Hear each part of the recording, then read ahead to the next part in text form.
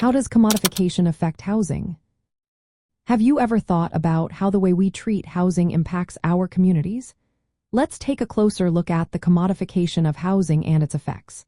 Commodification means treating homes as items to buy and sell for profit, rather than as places where people live and thrive. This shift has serious consequences, especially when viewed through a socialist lens that sees housing as a basic human need. First, let's talk about affordability. When housing is treated as a market commodity, prices often rise.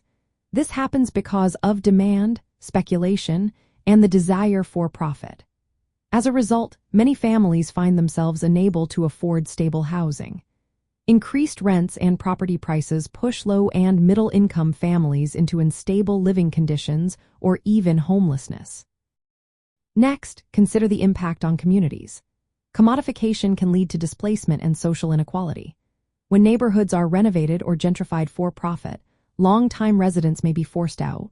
This disrupts communities and increases social segregation.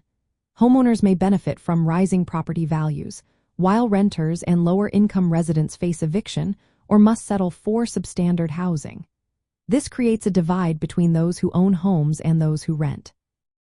Another aspect is the financialization of housing. Large investment firms often buy properties not to live in but to generate returns.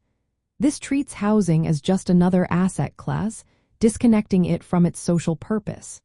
This can lead to instability in housing markets, making it harder for everyday people to find secure homes.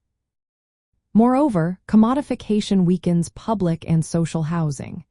Governments may retreat from providing housing, favoring market solutions instead. This reduces the availability of affordable housing options and tenant protections, making housing insecurity even worse. From a socialist perspective, these issues highlight the failure of market-driven approaches to ensure housing as a universal right. Housing should not be subject to profit motives. Instead, socialists advocate for policies that prioritize access to housing for everyone.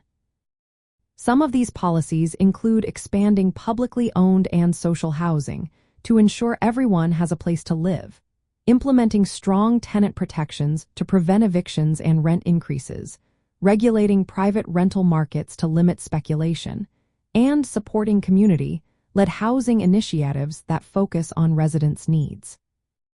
In essence, commodification turns housing into a source of profit, undermining affordability, security, and social equality. The belief is that housing must be treated as a social good, not just a commodity, to guarantee everyone has the right to a safe and stable home.